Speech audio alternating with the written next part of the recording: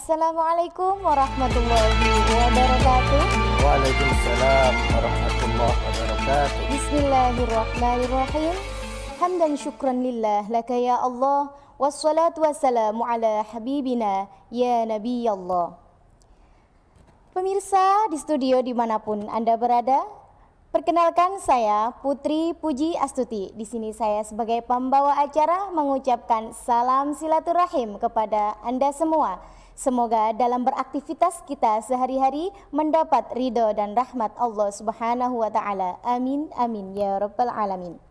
Baik pemirsa yang ada di studio dan dimanapun Anda berada yang dirahmati oleh Allah, acara ini terselenggara berkat kerjasama pimpinan wilayah Jam'iyatul Qurra wal Hufadz Nahdlatul Ulama Jawa Timur beserta Aula Media Televisi PWNU Jawa Timur. Baik pemirsa, di sini saya akan bersama membahas tentang kejekihaan NU yang akan dinarasumberi oleh Al-Ustadz Haji Muhammad Zainul Arifin, MHI MPDI. Assalamualaikum Ustadz. Waalaikumsalam warahmatullahi Kaifa wabarakatuh. haluk? Alhamdulillah sehat walafiat. Alhamdulillah. Baik pemirsa, beliau adalah pengasuh Pondok Pesantren Al Husnaini Klopo 10 Sukodono Sidoarjo. Beliau juga ketua PWJKHNU Jawa Timur masa khidmat 2012, 2017 dan 2017 sampai 2022. Beliau juga termasuk anggota komisi PDU MUI Jawa Timur masa khidmat 2021 sampai 2026. Beliau juga ketua Sekolah Tinggi Agama Islam Al-Akbar Surabaya tahun 2018 sampai sekarang. Baik, saya akan menyapa juga pemirsa yang ada di studio. Assalamualaikum ibu-ibu. Bagaimana kabarnya? Baik pemirsa yang ada di studio ini termasuk ibu-ibu dari Yayasan Al-Ihsan Tebel Timur Gedangan Sidoarjo.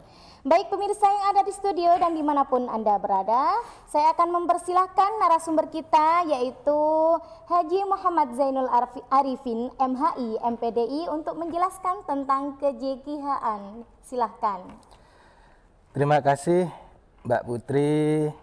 Assalamualaikum warahmatullahi wabarakatuh. Waalaikumsalam. Para pemirsa dimanapun berada yang dirahmati Allah, alhamdulillah kita pada kesempatan ini bisa tampil untuk menyampaikan materi kejikiaan NU-an.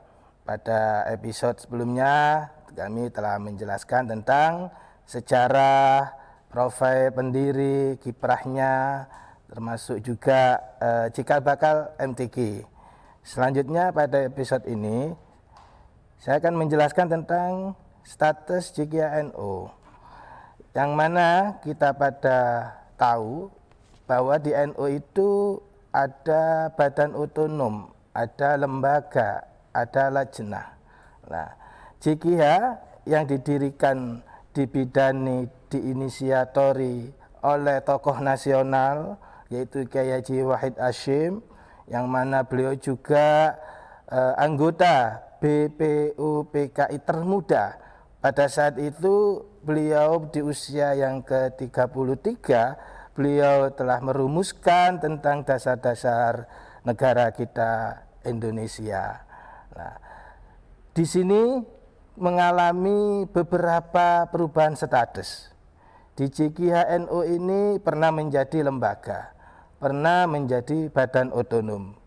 Nah, sekilas kalau kita mengkaji tentang badan otonom yang ada di NU, bahwa badan otonom itu mempunyai aturan rumah tangga sendiri yang dikenal dengan istilah PDPRT, Peraturan Dasar dan Peraturan Rumah Tangga. Dan PDPRT ini sebagai acuan daripada aturan main di dalam organisasi Badan Otonom NU. Para pemirsa, kita di dalam JKNU ini punya hierarki mulai dari tingkat pusat, wilayah, cabang, anak cabang, ranting, bahkan sampai anak ranting. Nah, sebagaimana contoh badan otonom yang ada di Nahdlatul Ulama itu ada contohnya Muslimat NU, yang mana Muslimat ini yang membawai, menaungi kelompok tertentu, yaitu para ibu-ibu. Ini contoh badan otonom yang menangani perempuan yang sudah usia dewasa. Ada juga usia yang remaja, yaitu Fatayat NU. Ya, ini khusus perempuan. Nah, jadi masing-masing punya kekhususan. Ya. Ada lagi IPPNU, ini anak-anak pelajar yang putri. Nah, kalau yang putra IPENU, ya. Ada juga para remaja putra, yaitu namanya Ansor. Ya. Dan ada juga yang menangani serikat buruh, namanya Sarbumusi, dan lain sebagainya. Ini adalah contoh badan otonom yang ada di dalam Nahdlatul Ulama. Nah, begitu juga JKHNU itu termasuk yang menangani khusus tentang keal-Quranan. Jadi apapun kegiatan yang terkait dengan keal-Quranan itu NU akan menyerahkan sesuai dengan hasil muktamar kepada JKH. Maka perlu kita pahami bersama bahwa ketika ada permasalahan, ketika ada kegiatan yang terkait dengan keal-Quranan, itu adalah bagian daripada tugas NU yang dibidangi oleh badan otonom yang namanya Jamiatul Qurra wal Hufat Nahdlatul Ulama. Itu Mbak Putri sekilas tentang apa itu badan otonom, tentang JKHNU. Mungkin ada pertanyaan, silahkan. Baik, terima kasih Ustadz Zainul Arifin. Baik, ibu-ibu yang ada di studio, mungkin ada pertanyaan dari Yayasan Al-Ihsan Tebel Timur Gedangan Sidoarjo dengan menyebutkan nama terlebih dahulu. Silahkan. Saya mau tanya Ustadz, Assalamualaikum warahmatullahi wabarakatuh. Waalaikumsalam warahmatullahi wabarakatuh. Saya Ibu Yuliana dari Yayasan Al-Ihsan Tebel Timur Gedangan Sidoarjo. Mau bertanya Ustadz, dengan berbagai nama yang saya dengar tadi, ada IPPNU, ada Ansor, ada Fatayat. Yang saya tanyakan adalah JKH sendiri di dalam NU itu statusnya apa? Terima kasih. Assalamualaikum warahmatullahi wabarakatuh. Waalaikumsalam warahmatullahi wabarakatuh. Baik, terima kasih Ibu Yuliana dari Yayasan Al-Ihsan Tebel Timur bertanya tentang status JKHNU sendiri. Ya, silakan Ustadz Zainul. Ya, baik, terima kasih Ustazah Yuliana. Pertanyaannya bagus sekali karena belum tentu seluruh warga NU itu tahu apa status dari JKHNU di dalam naungan organisasi Nahdlatul Ulama. JKHNU ini statusnya adalah badan otonom NU. Nah, akan tetapi JKHNU ini pernah mengalami perubahan status. Sejak berdirinya pada tahun 1951 sampai dengan 1959, status JKH ini adalah independen. Jadi belum masuk dalam badan otonom atau lembaganya NU. Jadi berjalan sesuai dengan wadahnya JKH, akan tapi belum masuk dalam struktur Banum atau lembaga NU. Nah, dan ini berjalan cukup lama, ya kurang lebih antara 8 tahun. Ya. Nah, baru kemudian pada tanggal 1 Rajab 1379 Hijriah, bertepatan tanggal 31 Desember 1959, ya, ini JKHNU resmi ya masuk menjadi badan otonomnya NU. Jadi JKH pertama kali masuk itu menjadi banomnya NU, ya. Dan kantor pusatnya pada saat itu masih berkedudukan di Surabaya. Jadi ini salah satu banom yang pernah menduduki kantor pusatnya tidak di Jakarta, akan tapi di Surabaya. Nah, dan ini cukup lama juga berkantor pusat di Jakarta, di Surabaya maksudnya. Nah, baru kemudian pada Muktamar NU yang ke-30 pada tahun 1999 yang diselenggarakan di Pondok Pesantren Lirboyo, Kediri, Jawa Timur, JIKIA NU berubah status dari badan otonom menjadi lembaga. Nah, ini memang sempat menjadi sedikit ketidakpahaman dari warga NU karena ada perubahan-perubahan ini. Ya, awalnya Banom, kemudian tahun 99 menjadi lembaga sesuai hasil muktamar yang di Lirboyo.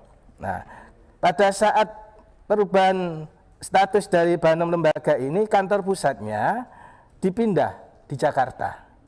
Nah, jadi pada saat itu sudah tidak berkedudukan kantor pusat di Jawa Timur. Ya.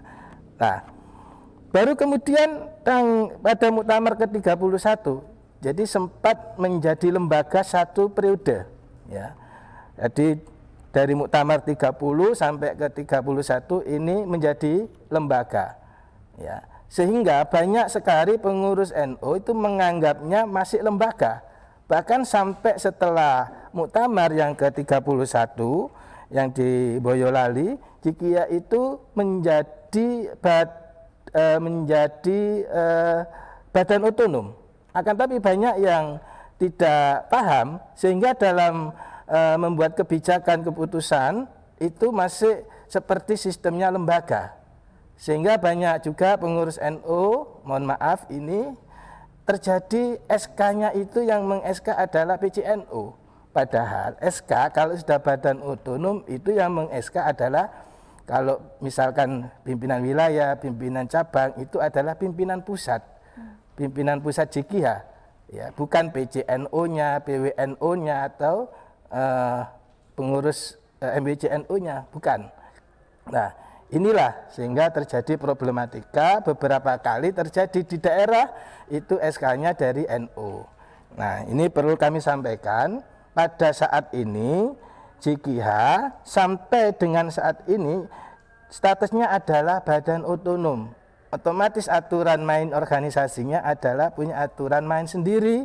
Ibarat keluarga itu anak yang sudah bersuami, anak yang sudah berkeluarga, sudah punya aturan rumah tangga sendiri. Nah, ini perlu diketahui bersama agar tidak terjadi di NU yang menangani tentang JIKIA ini tidak seperti menangani lembaga. Mungkin itu Mbak Putri. Baik. Ya. Berarti statusnya JIKIA NU sekarang itu ikut Badan Otonom NU. Badan Otonom NU, ya. betul. Baik. Baik, terima kasih Ustadz Zainul Arifin atas penyampaiannya. Mungkin ada yang disampaikan lagi Ustadz? Oh ya, baik, saya tambahkan sedikit. Pada Muktamar yang ke-32 di Makassar, ya, itu ada penekanan seluruh badan otonom harus melekat di belakang namanya, misalkan Muslimat harus ada NU, Ansor NU, Sarbumusi NU, semua Banom harus di belakangnya ada NU. Begitu juga JIKIA, nggak boleh JIKIA begitu saja, harus JIKIA NU.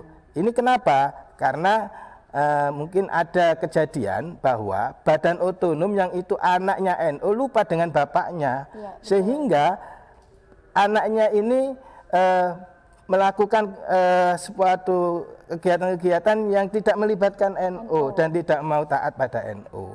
Nah, ini sehingga ada keputusan dalam Muktamar di Makassar itu seluruh badan otonom harus di belakangnya itu dituliskan NU. Muslimat NU, Fatayat NU, Sarbumusi NU, dan lain sebagainya.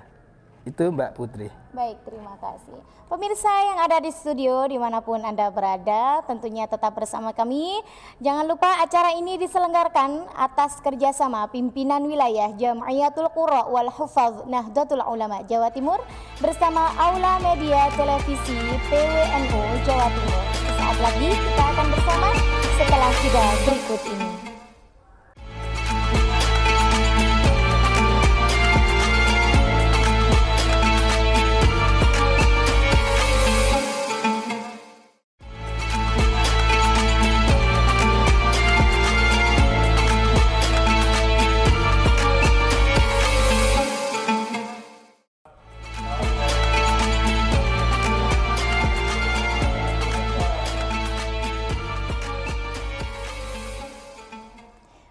terima kasih pemirsa yang ada di studio dimanapun Anda berada yang dirahmati oleh Allah Subhanahu Wa Taala. Terima kasih tetap bersama kami di channel AMTV menuju era digital. Saya sapa lagi ibu-ibu yang ada di studio, masih semangat ya Bu? Alhamdulillah masih semangat. Pemirsa, acara ini terselenggara berkat kerjasama pimpinan wilayah Jam'iyatul Qurra wal Hufadz Nahdlatul Ulama bersama Aula Media Televisi PWNU Jawa Timur.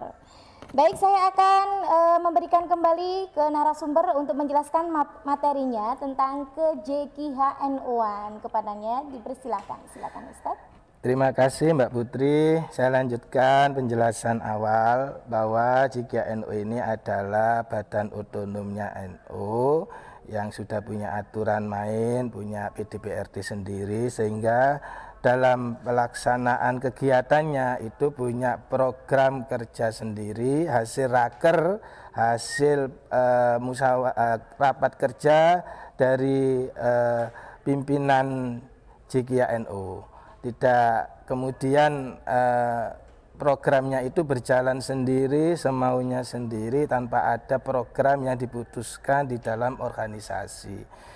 Nah, baik kita perlu juga mengetahui bahwa JKHNU ini ada kekhususan di dalam penanganannya dalam hal keal-Qur'anan.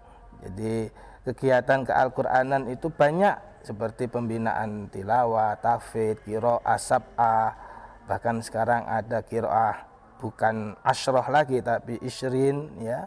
Nah, sehingga di sini harus jelas bahwa program-program itu sesuai dengan kewenangan yang ditangani oleh JKHNU, yaitu tentang keal-Qur'anan. Mungkin sementara itu Mbak Putri.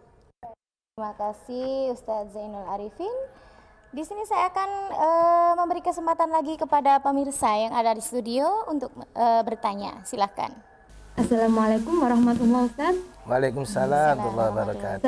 Nama saya Anita Fariha dari RA Alisan, mau bertanya apa perbedaan dari Banom dan Lajnah Ustaz? Terima kasih. Assalamualaikum warahmatullahi wabarakatuh. Waalaikumsalam warahmatullahi wabarakatuh. Pertanyaan dari Ibu Nita dari Yayasan Al Ihsan Tebel Timur Gedangan Sidoarjo menanyakan tentang perbedaan antara Banom dan Lajnah. Terima kasih. Silakan. Terima kasih Ustazah Nita.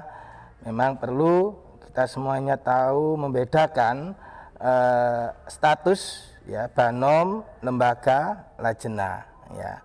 Kalau dalam badan otonom tadi sudah saya sampaikan, yaitu lembaga yang di bawah naungan NU yang punya aturan organisasi sendiri, yang punya PDPRT sendiri, ya. Akan tapi beda dengan Lajnah atau lembaga. Saya berikan contoh, misalkan lembaga, ya. Jadi lembaga itu unit kegiatan, ya, yang bertugas mengurus sebagian programnya NU, ya, dan merupakan ujung tombak bagi NU di tingkatnya masing-masing, ya. Jadi kalau lembaga itu unit-unitnya NU, ya. Saya berikan contoh, ada lembaga dakwah yang mengurusi tentang dakwah, ya, lembaga perekonomian yang terkait dengan bagaimana mengembangkan ekonomi, tentang pengembangan pertanian, tentang Ma'had Islamiyah, yaitu RMI, ya, itu lembaga, ya. Begitu juga Ma'arif itu lembaga, bukan Banom, ya, dan lain-lain. Ini contoh, ya. Nah, jadi beda. Kalau lembaga itu adalah melaksanakan program-programnya NU, yang aturan mainnya ikut di NU, ya, tidak punya PDPRT sendiri, ya. Beda dengan badan otonom. Ya, juga punya struktur, ya, tingkatan di bawah, mulai dari tingkat wilayah, tingkat cabang, anak cabang, sampai dengan ranting, anak ranting. Tapi itu melekat di dalam kepengurusan NU. Jadi misalkan BW Ma'arif NU, ya, jadi lembaga Ma'arif NU, ya. Mesti di depannya cirinya ada lembaganya, ya, lembaga dakwah, ya, BWNO, lembaga perekonomian BWNO, lembaga ma'arif BWNO. Dan itu ada tingkatannya mulai dari tingkat wilayah, cabang, anak cabang, ya. Kalau di lembaga itu bukan anak cabang, tapi majelis wakil cabang, ya. Nah, jadi istilah-istilah ini sering kali salah mengucapkan atau mungkin juga salah tulis. Iya, betul. Ya. Jadi lembaga tapi penyebutannya atau tulisannya anak cabang, padahal itu istilahnya harus melekas dengan NU. Kalau tingkatan kecamatan berarti MWC. MWC Ma'arif NU, ya. Jadi bukan anak cabang Ma'arif, bukan. Ini contoh, ya. Jadi seringkali saya mendengar pengucapan itu yang salah. Padahal itu perlu juga dikenalkan, istilah-istilah itu akan memberikan pemahaman kepada masyarakat khususnya warga NU, ini adalah Banom, ini adalah lembaga. Dan lembaga ini mempunyai tugas masing-masing yang seperti saya beri contoh tadi, yang pendidikan urusannya ma'arif, yang terkait dengan dakwah urusannya lembaga dakwah, yang urusannya dengan pertanian ada lembaga pertanian dan lain sebagainya. Nah, tadi pertanyaannya juga menanyakan tentang lajnah, ya. Perbedaan kalau dengan lajnah yaitu lembaga ini juga mempunyai tugas dari NU yang programnya itu menurut keperluan, dianggap perlu sama NU sehingga dibentuklah lajnah. Jadi lajnah ini bertanggung jawab kepada NU. Jadi tidak punya PDPRD. Ya, jadi ini tugasnya khusus. Seperti lajnah falakiyah. Iya. Jadi tugasnya untuk menentukan kapan jatuhnya tanggal 1 Syawal, ya. Menentukan tanggal 1 Ramadan. Nah, ini tugas khusus dari lajnah. Begitu juga contohnya terkait dengan taklif wan nasyr. Itu lajnah. Itu bukan lembaga, bukan Banom, tapi lajnah yang mengurusi tentang percetakan, mengurusi tentang tentang adanya kreasi karya-karya ilmiah dan sebagainya. Itu adalah lajnah yang ngurusi. Nah, dan ada yang lainnya, ya. Jadi ini perlu kita semuanya paham perbedaan antara lajnah, Banom dan lembaga. Nah, perlu diketahui bersama bahwa semuanya itu adalah di bawah naungan NU. Nah, dan NU itu bukan karena berdirinya NU itu adanya lajnah, Banom, lembaga baru muncul NU, bukan. Jadi pertama kali yang didirikan itu NU-nya dulu.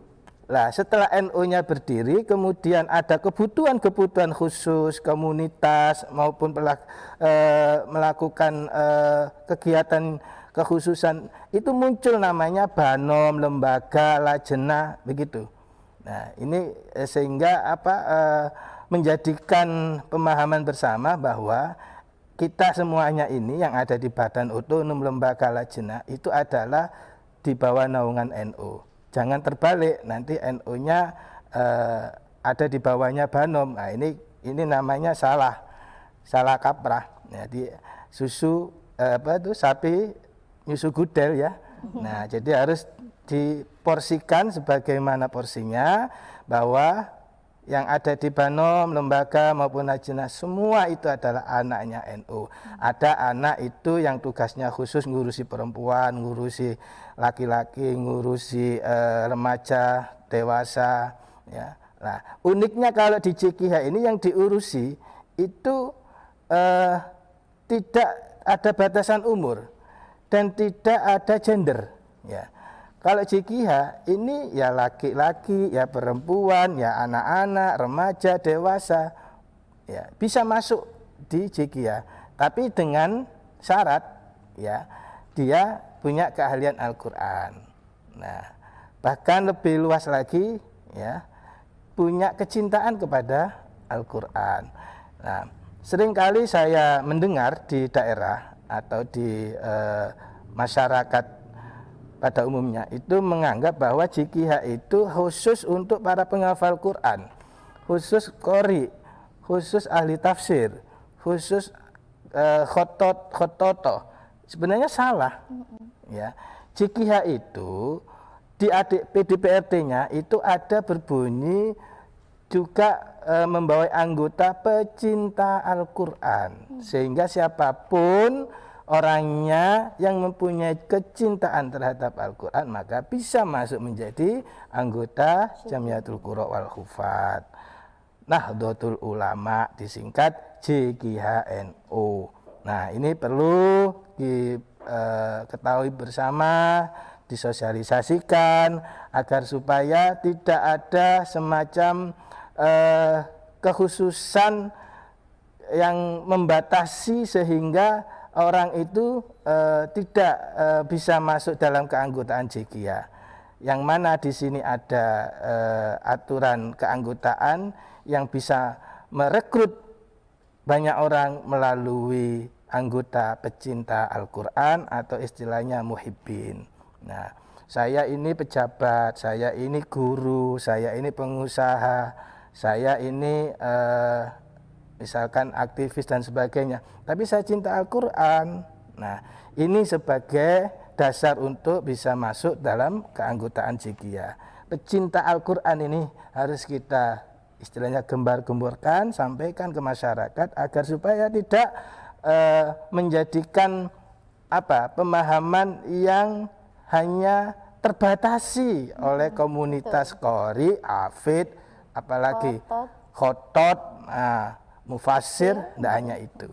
Ya, gitu Mbak Putri. Baik, terima kasih Ustadz Zainul Arifin. Mungkin kita semua pernah mendengar, pastinya semua pernah mendengar kata lajnah. Lajnah itu sendiri singkatannya apa, Ustadz? Ya, itu semacam lembaga teknis ya. Jadi lajnah itu lembaga teknisnya NU, seperti halnya Lajnah Falakiyah, lembaga yang khusus menangani tentang falakiyah, lajnah taklif an-nashr. Jadi yang lebih spesifikasi lagi, yang ngurusi percetakan, ngurusi karya-karya tentang produk-produk yang ada di NU.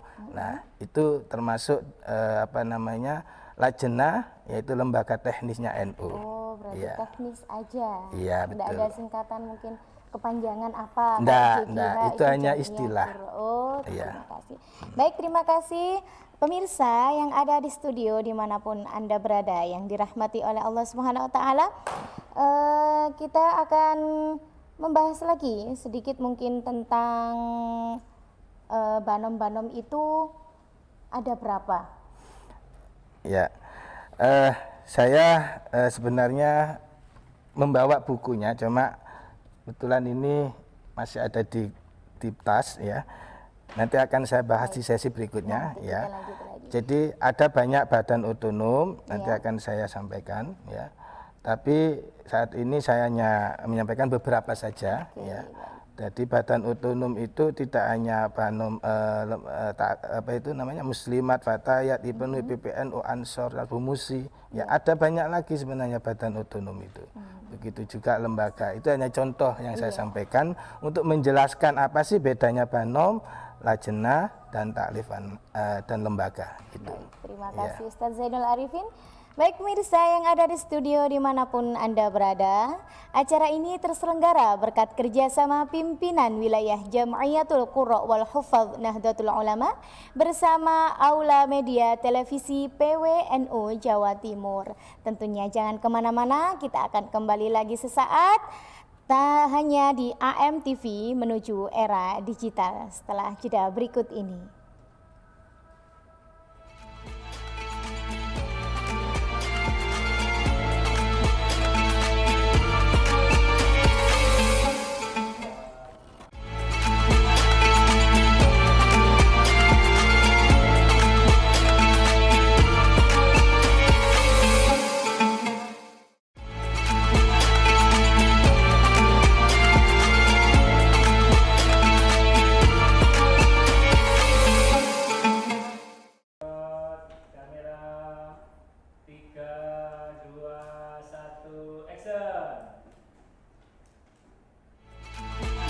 Terima kasih pemirsa yang ada di studio dimanapun Anda berada yang dirahmati oleh Allah Subhanahu wa Ta'ala.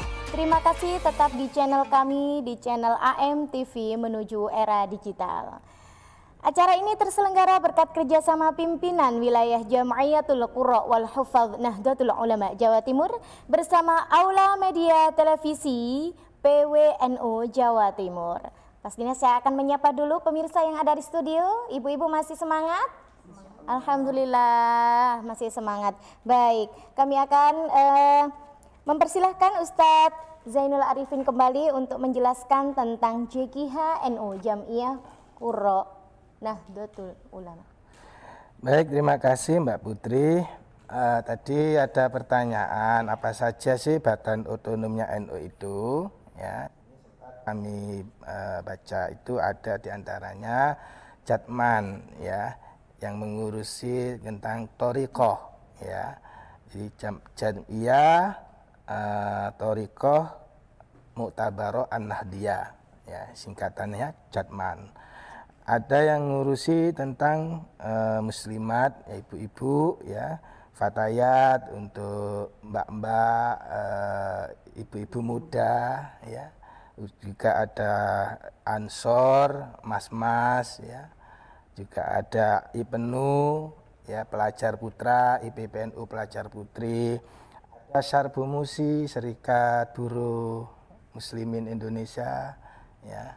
Ini yang ngurusi pegawai-pegawai pabrik, ya, pegawai-pegawai yang ada di perusahaan-perusahaan. Nah, ini urusan Sarbumusi. Ini juga statusnya sama, badan otonom, punya aturan sendiri, ya. Juga ada yang ngurusi pagar nusa, ya, yang pencak silat itu, ya. Nah, itu Banom juga. Ada Pergunu, jadi Persatuan Guru Nahdlatul Ulama, ini juga Banom. Oh, termasuk Banom ya berarti. Termasuk Banom, ya. Juga ada Ikatan Sarjana Nahdlatul Ulama, ini juga Banom, ya. Nah, jadi ini ada 11 badan otonom yang ada di NU. Ada lagi yang lembaga, tadi sudah saya sebutkan sebagian. Ada lembaga Ma'arif, lembaga Robitoh Ma'ahid Islamiyah yang menaungi seluruh pondok pesantren. Jadi seluruh pondok-pondok itu nanti ada di bawah naungan RMI, ya. Kemudian ada LBM, lembaga Bahsul Masail. Nah, ini yang ngurusi tentang terkait hukum-hukum, ya. Jadi terjadi suatu permasalahan yang aktual yang diperlukan hukumnya bagaimana. Nah, ini tugasnya LBM, ya. Kemudian ada Lesbumi, yaitu Lembaga Seni Budaya Muslim Indonesia. Ini yang ngurusi seni. Jadi seniman-seniman yang di NU ini diwadahi pada namanya Lesbumi, ya. Gitu. Ada seni lukis, ada yang drama, ada yang seni macam-macam lah. Jadi itu nanti yang mengurusi adalah lembaga seni budaya. Kemudian ada Lazisnu, ya, ini lembaga juga, ya, yang ngurusi zakat, infak, sodako, ya. Seperti saat ini ada COVID-19, ya, butuh adanya bantuan-bantuan untuk masyarakat yang korban COVID ini. Nah, ini tugasnya Lazisnu, ya. Gitu. Ada bantuan-bantuan dari mana disalurkan kepada yang berhak. Nah, ini bagiannya Lazisnu. Kemudian ada lembaga Taklim Nasr, ada Lakpesdam, LDNU, ya, Lakpesdam, ya, untuk kajian-kajiannya itu Lakpesdam, ya. Kalau dakwah itu LD. Ada lagi yang menangani tentang bencana alam, ya, itu yang ngurusi LPBI, ya.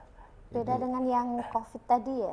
Beda. Iya. Jadi ada yang ya sama, LPBI juga ngurusi COVID dalam hal ketika di sana ada butuh bantuan-bantuan penanganan, ya. Dalam kejadian-kejadian orang meninggal nanti LPBI turun. Ya, tapi kalau dalam bentuk bantuan-bantuan sembako nanti itu wilayahnya Lazisnu, ya. Kemudian ada lagi LPBH, butuh penanganan secara hukum, kasus tanah, kasus perusahaan bermasalah. Nah, ini bisa minta bantuan ke NU, nanti yang ngurusi adalah lembaga bantuan hukum NU, yaitu LPPH. Ada lagi perekonomian, ya, bagaimana untuk mengangkat ekonomi warga Nahdlatul Ulama, perlu dibuat suatu supermarket misalkan seperti Harumat. Nah, itu kan juga urusannya dengan perekonomian, maka ini yang menangani adalah lembaga perekonomian NU. Ada lagi lembaga pertanian, ya. Nah, ini namanya LPPNU, ya. Jadi punya lahan di Malang, punya lahan di mana yang diwakafkan NU perlu penanganan, ini bagian LPPNU. Ya, saya nggak menjelaskan detail karena ini ada bagiannya sendiri. Nah, saya hanya menjelaskan pertanyaan tadi, ada Banom, ada lembaga itu apa saja, ya. Nah, termasuk yang ngurusi kesehatan, NU juga punya lembaga namanya LK, Lembaga Kesehatan NU. Ya, jadi di sini banyak melibatkan rumah sakit. Jadi kayak contohnya Rumah Sakit Siti Hajar, Sidoarjo itu masuk dalam keanggotaan di bawah naungan Lembaga Kesehatan NU. Gitu. Ya. Nah, banyak rumah sakit NU yang di bawah naungan LKNU. Kemudian ada lagi LKKNU. Jadi bedanya hanya K-nya tambah 1. Kalau LK itu kesehatan, kalau LKK ya, singkatan dari kemaslahatan keluarga. Nah, ini terkait dengan bagaimana problematika yang ada dalam keluarga. Nah, NU punya lembaga khusus menangani ini. Ya, ini namanya LKKNU. Kemudian ada lagi lembaga yang menangani perguruan tinggi. Namanya LPTNU. Nah, jadi perguruan tinggi yang afiliasinya ke NU ada di bawah naungan LPTNU. Ada lagi yang menangani wakaf dan pertanahan.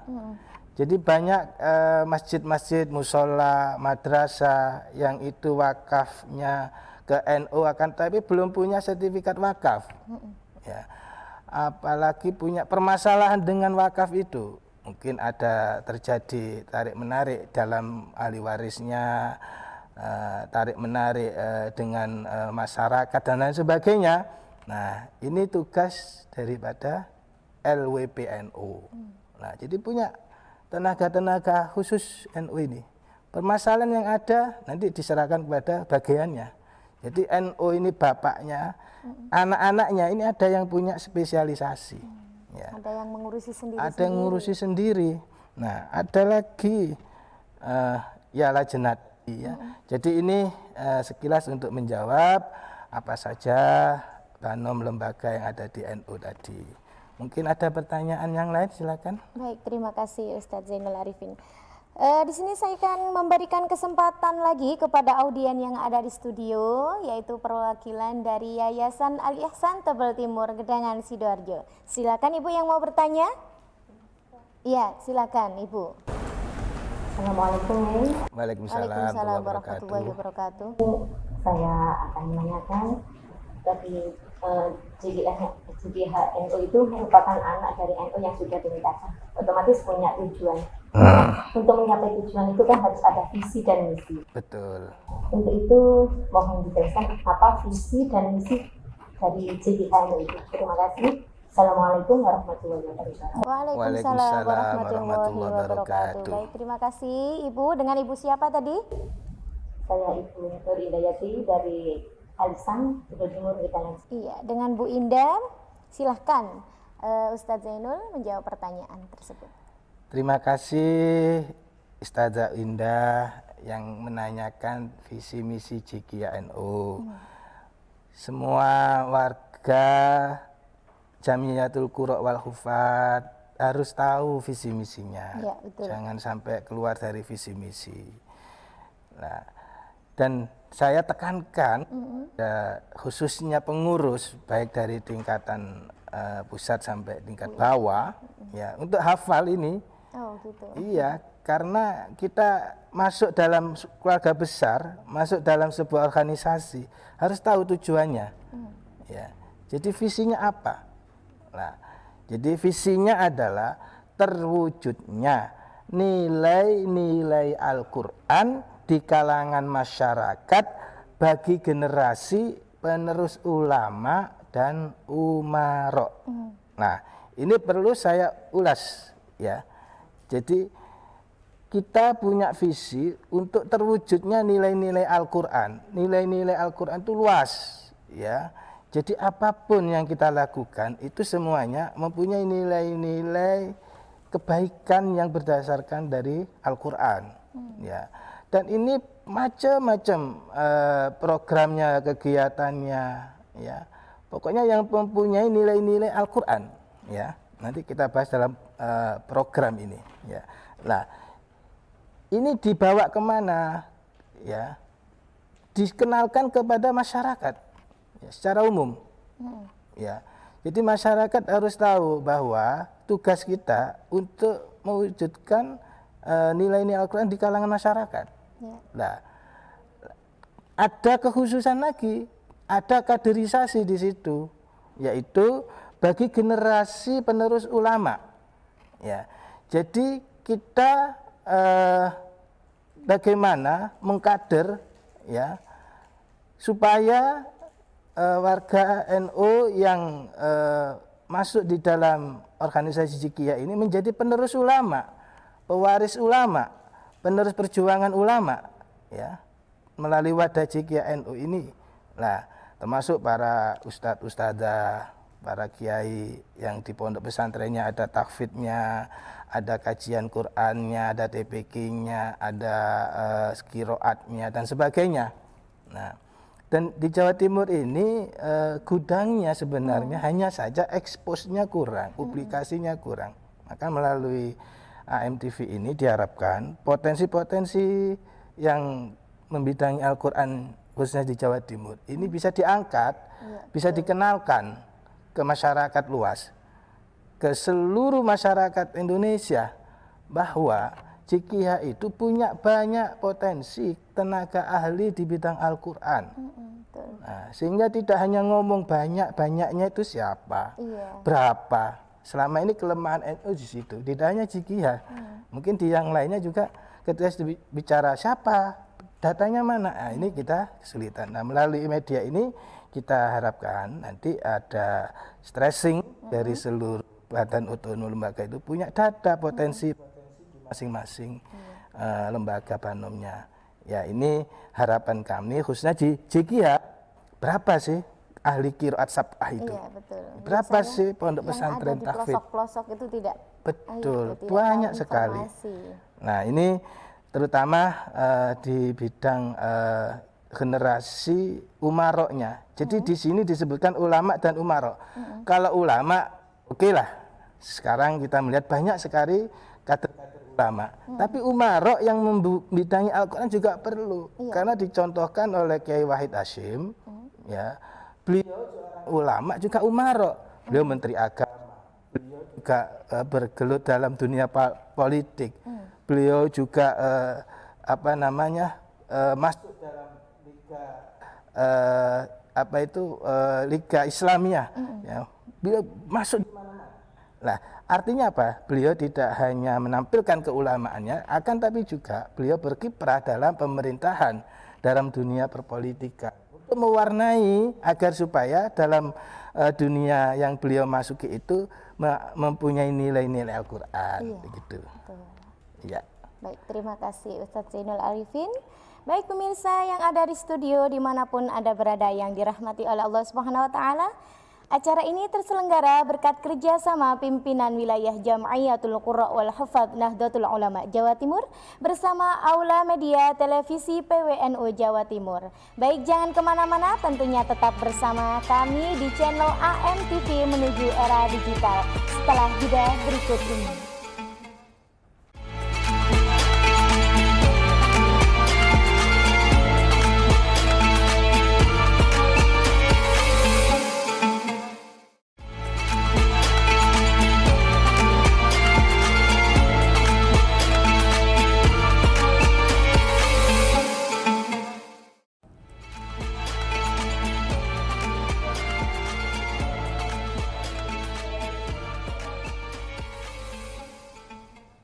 Baik, pemirsa yang ada di studio dan dimanapun Anda berada yang dirahmati oleh Allah Subhanahu wa Ta'ala, terima kasih tetap bersama channel kami di AMTV menuju era digital. Baik, acara ini terselenggara berkat kerjasama pimpinan wilayah Jam'iyatul Qurra wal Hufadz Nahdlatul Ulama Jawa Timur bersama Aula Media Televisi PWNU Jawa Timur. Baik, saya akan menyapa kembali pemirsa yang ada di studio. Assalamualaikum.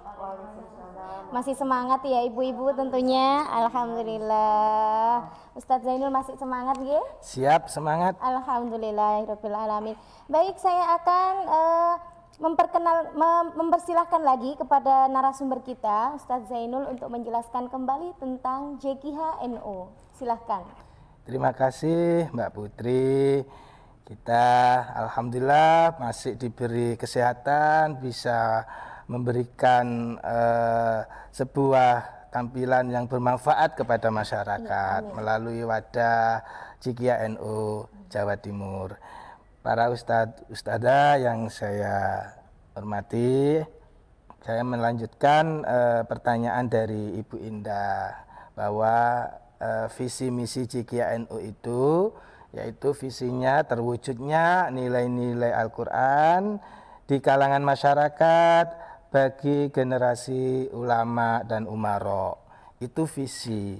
Sedangkan misinya menjadikan Jam'iyatul Qurra wal Hufadz Nahdlatul Ulama sebagai organisasi profesi di bidang Al-Quran, terpercaya dalam membina dan mengembangkan minat dan bakat seni baca, menghafal Al-Quran, serta ilmu-ilmu Al-Quran lainnya. Nah, ini semua pengurus khususnya harus paham misi yang akan kita kerjakan itu apa. Jadi kita harus tidak keluar daripada frame misi JKH, yaitu apa? Organisasi profesi di bidang Al-Quran. Ya. Jadi siapapun orangnya, berapapun umurnya, ya, laki perempuan, ya, dia punya keahlian di bidang Al-Quran. Dia punya semangat di dalam kegiatan ke-Al-Quranan. Nah, dia bisa masuk sebagai anggota JKH dan dia punya kewajiban untuk bagaimana menjadikan JKH ini yang diwarnai oleh para ahli Al-Quran, para pegiat Al-Quran, para pecinta Al-Quran. Ya, sehingga apa? Kekhususan Badan Otonom JKH ini di bidang Al-Quran itu terwarnai dengan anggotanya, yang mana kegiatannya semuanya mengarah kepada kegiatan ke-Al-Quranan. Nah, dan terpercaya artinya apa? Mempunyai bidang spesialisasi. Ini bidangnya tahfidz. Dia punya spesifikasi tahfidz. Dia bidangnya qiraat. Dia punya ahli tilawah. Dia punya kelebihan untuk menjadi pembina qiraat, ya. Baik itu dalam keilmuan qiraatnya maupun taghonninya, fasohahnya, tartilnya, ya. Jadi qiraat aja punya spesifikasi masing-masing, ya. Jadi dia bidangnya dalam taghonni, dia bidangnya dalam fasohah, dalam tartil. Dalam kiroatnya, kiroat itu ada macam-macam, ada 7 imam, ada 10 imam, bahkan sekarang ada 20 imam di Jawa Timur ini punya kiai muda yang sudah mendapatkan sanad 20 imam kiroat. Barangkali ini di langka ini di Indonesia mungkin hanya beberapa orang. Yang saya tahu baru satu ini di Jawa Timur ada satu orang. Beliau masih muda, beliau sudah tasahih ke melalang buahnya ke Timur Tengah untuk mendapatkan sanad qiraat sampai 20 imam. Ya, sementara kita baru kenal 7 imam. 7 imam pun kita belum tentu ngerti satu-satu imamnya itu. Yang selama ini kita pakai kan qiraatnya Asim, riwayat Hafsin an Asim itu aja. Padahal itu ada banyak lah ya, kalau disebutkan terlalu panjang. Nah, itu jadi punya profesi ya yang membidangi Al-Quran spesifikasinya masing-masing ya. Jadi seni bacanya, menghafalnya, Nah, yang sering lupa yaitu dalam keilmuannya Al-Quran. Kita seringkali kegiatannya itu yang berbasis tentang simaan Quran, Lailatul Qiraah, ya. Tapi lupa bahwa misi kita itu ada yang belum tergarap, yaitu tentang kajian-kajian Al-Quran, baik kajian tematik, baik tafsir, baik sejarahnya. Ya, ini perlu dikenalkan. Kita bicara sejarah Al-Quran aja. Bagaimana dulu proses menjadi mushaf Al-Quran ini panjang. Ya. Bahkan sekarang kita pernah dengar ada peneliti dari orientalis, ya. Jadi agamanya bukan Islam, tapi dia meneliti Al-Quran, yang mana di tengah rai Al-Quran itu ada nutqoh, ada titik yang dihapus. Ya. Menurut penelitian dia, kalau ketemu bahwa itu adalah betul bekas hapusan, maka Al-Quran ini bukan Al-Quran yang asli, artinya bukan kitab suci lagi. Ketika itu benar adanya, penelitian itu bisa dipertanggungjawabkan, maka Islam sudah tidak punya kitab suci lagi. Nah, ini siapa kemudian yang mempertahankan ini, yang bisa menjelaskan ini? Nah, NU dalam hal ini yang membidangi dengan Al-Quran adalah JKH. Bagaimana JKH kemudian tampil bisa mempertahankan keaslian Al-Quran ini. Walaupun dalam ayatnya Allah menjamin keasliannya, tapi dalam tantangannya kita sekarang lagi diuji. Bagaimana kita bisa membuktikan bahwa Al-Quran ini asli. Nah, ini diantara garapan-garapan JKH yang terkait dengan keilmuan. Ya. Nah, ini sudah mulai langka. Sekarang ini qiraah sab'ah. Ya. Di pondok-pondok pesantren itu sudah jarang yang membuka program qiraat sab'ah. Jadi kita sekarang ini mulai mengalami kelangkaan ahli qiraat. Ya. Kalau ahli tilawah banyak. Ya. Setiap tahun ada MTQ. Bermunculan bibit-bibit, ya. Mulai dari tingkat bawah sampai tingkat nasional, internasional. Luar biasa. Nah, akan tapi kalau bicara qiraat, ilmu qiraat itu jarang sekali. Mungkin di Jawa Timur hanya bisa dihitung dengan jari. Ya. Nah, dari sini perlu adanya kitab bagaimana melestarikan, bagaimana mengembangkan keilmuan-keilmuan Al-Quran khususnya di bidang qiraat. Nah, tafsir pun jarang kita menemukan kajian-kajian tafsir yang ada di daerah. Ya. Bahkan di JKH mulai pusat sampai bawah pun jarang saya lihat. Ya, ini kritik internal, ya. Bagaimana kemudian kita berdayakan bidang tafsir dalam JKH ini bisa melakukan kegiatan kajian tafsir, ya. Jadi banyak sekali imam-imam ahli tafsir, ya, para mufassir, ya. Itu harus kita perkenalkan di masyarakat, ya. Jadi versi A, B, C lah. Itu ahli tafsir, bidang tafsir ini harus sering-sering melakukan kegiatan kajian-kajian tafsir.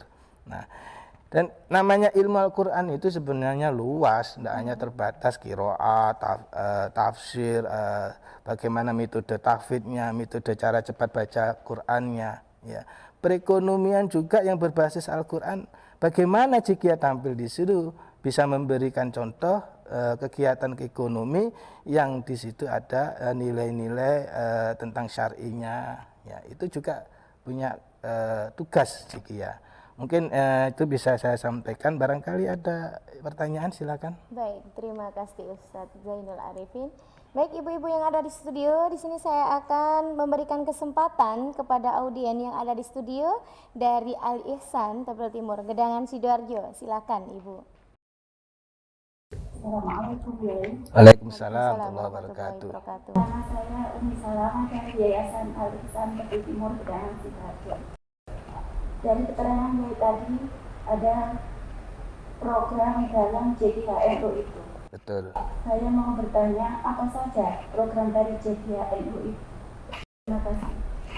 Baik, terima kasih Ibu Umi Salama dari Yayasan Al Ihsan Tegal Timur, Gedangan Sidoarjo.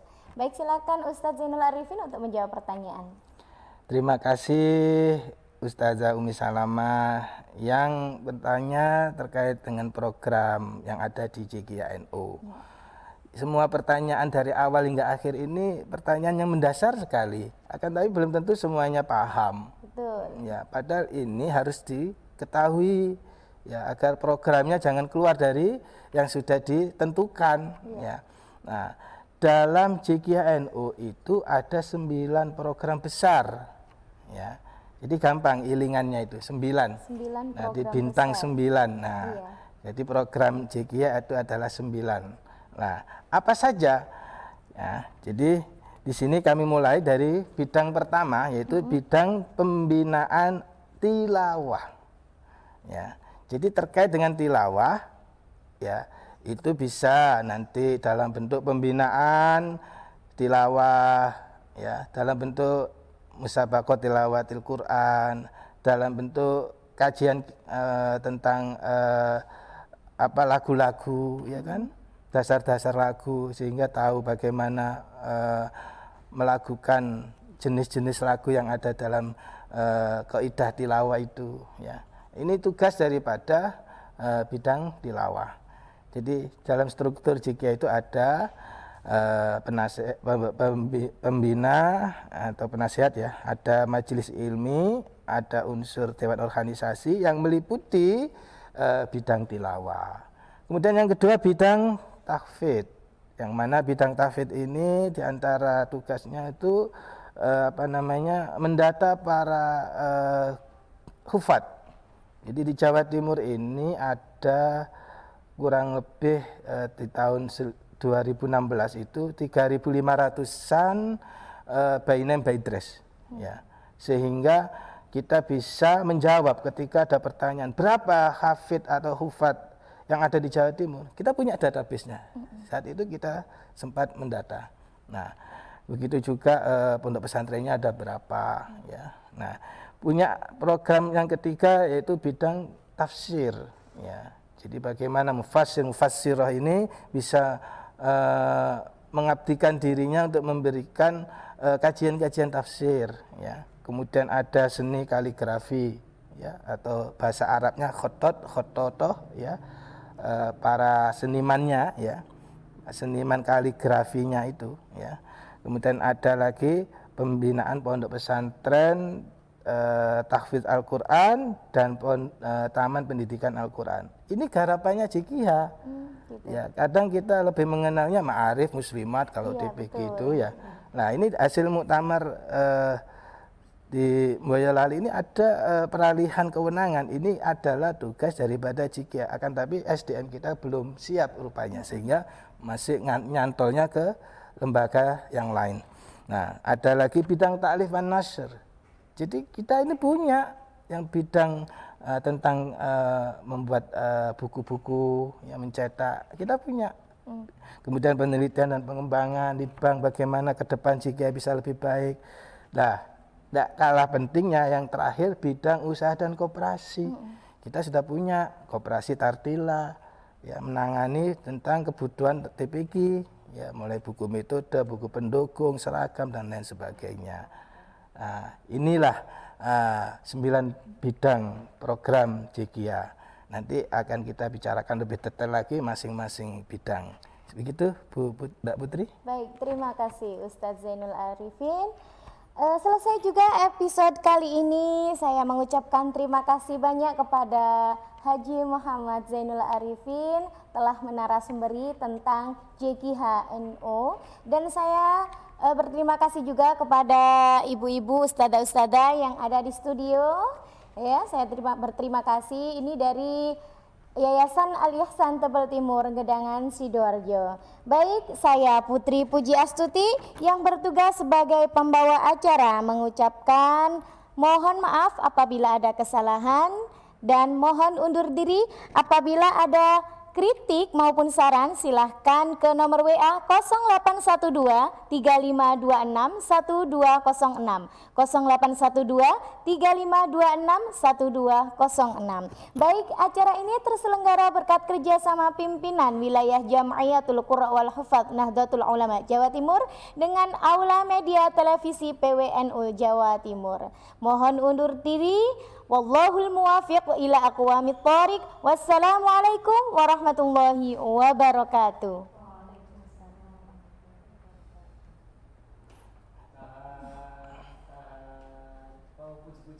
Ya, enggak apa-apa. Ini kan sudah lepas toh.